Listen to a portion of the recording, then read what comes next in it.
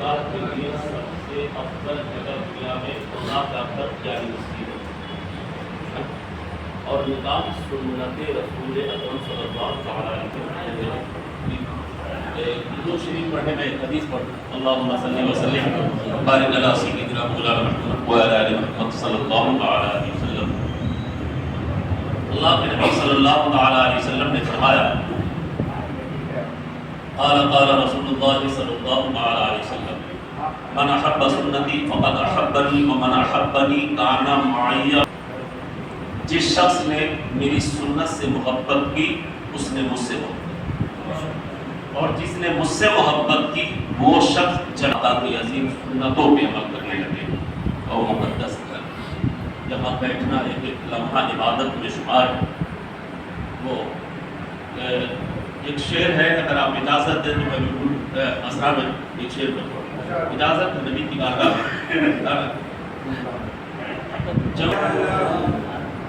جب مدینے کی بات، لڑکی والوں کی طرف سے تمام احباب کی طرف سے محبت سے بول دیجیے، جب مدینے کی بات ہوتی ہے، جب مدینے کی بات ہوتی ہے، وجد میں کائنات ہوتی ہے، وجد میں کائنات ہوتی ہے، جب مدینے کی بات ہوتی ہے، وجد میں کائنات ہوتی ہے۔ لیلۃ القدر کو جو شرما دے، لیلۃ القدر کو جو شرما دے، بات ہوتی ہے، وہ مدینے کی رات ہوتی ہے۔ زندہ رسول پاک کی سنت کریں گے ہم، زندہ رسول پاک کی سنت کریں گے ہم، بن دیکھے مصطفیٰ سے محبت کریں گے ہم، زندہ رسول پاک کی سنت کریں گے ہم، بن دیکھے مصطفیٰ سے محبت کریں گے ہم۔ جب یہ شعر بنگال کی کھاڑی میں پہنچا تو ایک وہاں کے بہت بڑے شاعر جناب اسرائیل اثر فیضی نے کہا، یہ آنکھیں درود پڑھتی ہوئی سو گئی اگر،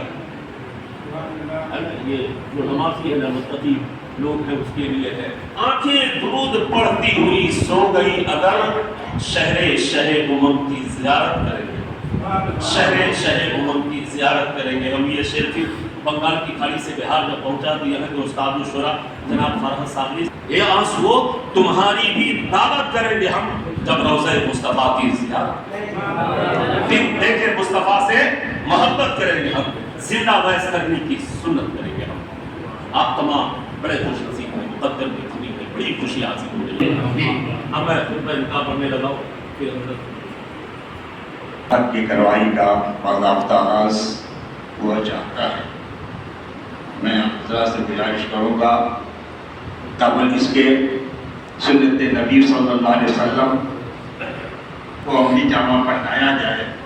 آئیے ہم سب مل کر بارگاہ رسالت میں درود پاک کا ہدیہ محبت پیش کرتے ہیں۔ اللہم صلی علی سیدنا و شفیعنا نبینا و مولانا محمد بارک وسلم صلی اللہ علیہ صلاۃ و سلام علیک یا رسول اللہ، صلاۃ و سلام علیک یا حبیب اللہ صلی اللہ علیہ وسلم۔